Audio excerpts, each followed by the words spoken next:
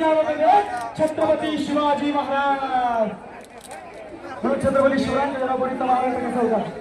पहिल्या दिवशी जे हाल झाले कसा होता म्हणाल? आळंदी जिल्ह्यातून एकत्र येऊन आदिलशाही, निजामशाही, इमामशाही, मोगलशाही या पाचही पातशाह्यांना त्या महाराष्ट्राला हैराण करून टाकलेलं होतं. काही वाचवलेलं होतं. जिकडे बघेल तिकडे अन्याय अत्याचार पसरलेला होता.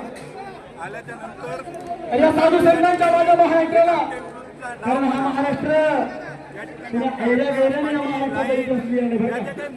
या महाराष्ट्राचा इतिहास पिढीला, सरकारला वाटलं या महाराष्ट्राच्या मातीचा इतिहास पिढीला शाहिरांच्या रथानं, घोड्यांच्या तापानं, तलवारीच्या पाठीनं, ढगाच्या गजरानं, डोंगराच्या हिरव्या पिवळ्या शालीनं आणि वारीला निघालेल्या माझ्या वाद गेल्याचा संत पावलानं, ती संत ज्ञानेश्वर महाराजांनी लिहिलेल्या ज्ञानेश्वरी रोहिणीनं, जगद्गुरु श्री संत तुकाराम महाराजांनी लिहिलेल्या गाथ्यातील अभंगवाणीनं, छत्रपती शिवरायांच्या मावळ्यांनी या स्वराज्यासाठी जे रक्त सांडलं, त्यांच्या रक्ताच्या महाराष्ट्राच्या मातीला इतिहास पावला आहे. अख्खी मुंबई नाहीतर महाराष्ट्र पुन्हा खाईल एवढं अन्न या ठिकाणी बघू शकता आपण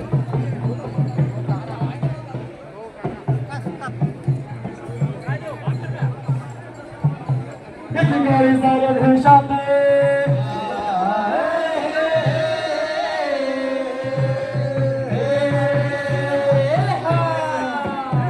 एकेकाळी साऱ्या देशात, एकेकाळी साऱ्या देशात लुटमार आबरू ठोक्यात, लुटमार आबरू ठोक्यात मोगलांनी गिळला भारत.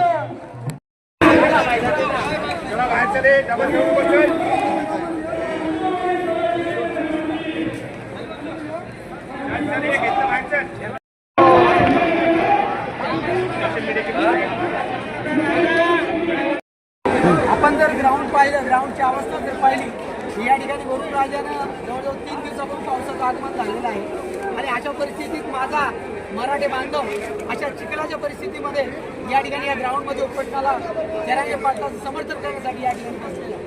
आणि सरकारला मला विनंती करायची आहे, दिनांक 27 तारखेला जेव्हा मराठी या मुंबई शहरामध्ये आले, लोकशाहीच्या मार्गाने आम्ही या ठिकाणी आलो आणि ज्या दिवशी आम्ही इथं आलो त्या दिवशी या मुंबई महानगरपालिकेनं असेल, महाराष्ट्र शासनानं असेल, या ठिकाणचे जे दुकानदार आहेत, जी खाऊगल्ली आहे, ती अक्षरशः त्या ठिकाणी टाळे लावण्याचा आदेश त्या ठिकाणी दिलेला होता. त्यांचं कदाचित त्यांच्या मनामध्ये असं असेल की शेतकरी हा उपाशी कुठे राहून किती दिवस या ठिकाणी टिकणार आहे. परंतु आपण पाहता मुंबई शहरामध्ये आज या ठिकाणी महानगरपालिकेच्या समोर जर आपण पाहिलं, जवळजवळ 100 अशी वाहनं आहेत की ज्या प्रत्येक वाहनामध्ये भाकर असेल, समोसे असतील, चटणी असेल, जे काही शेतात पिकणारा माल आहे, शेतकरी कष्ट करून जे काही त्याच्या घरामध्ये जे पिकवतो, जे उत्पन्न करतो, त्यामधला काही हिस्सा भाग या ठिकाणी त्यांनी या मराठी बांधवांना खाण्यासाठी या ठिकाणी आणलेला आहे.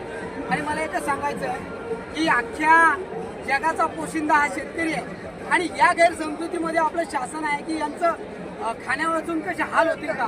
मला आपल्या माध्यमातून सांगायचं आहे की अखंड जगाला जर शेतकरी पोसत असेल, माझ्या या बांधवांना पोचण्यासाठी शेतकऱ्याला फार असं काही अन्न लागणार नाही. आणि मी शासनाला एक सांगतो की जर या ठिकाणी शेतकऱ्यांना मनात आणलं, अख्ख्या मुंबईला 1 महिना पुरेल असं राशन 8 दिवसामध्ये या ठिकाणी उपलब्ध होईल. आणि यानंतर शासनाला मला एक पुन्हा सांगायचं आहे, आज एक मी ह्या दादांना सांगू इच्छितो की मुंबई आहे ना, ती भाकरी खाते, ते ह्या मराठा समाजाच्या शेतातून येणाऱ्या भाकरीतून येते, तो दुसरीकडून कुठून येत नाही.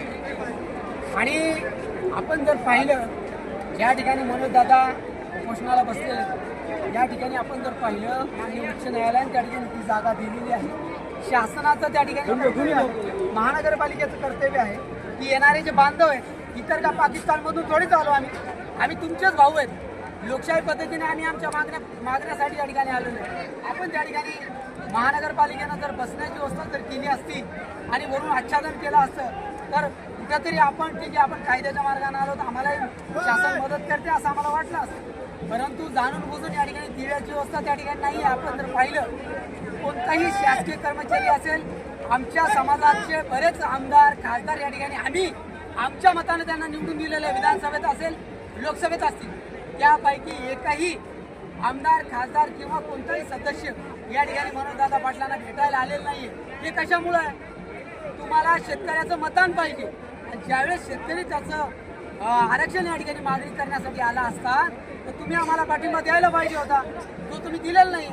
मला आपल्या माध्यमातून सांगायचं आहे की आमदार आणि खासदार जे काही मराठा समाजाचे असतील त्यांनी आमचं मतदान घेऊन निवडून आलेले, माझं सरळ त्यांना आव्हान आहे, त्यांनी कोणी त्या पदावर राहण्याचा त्यांना कोणताही अधिकार नाही.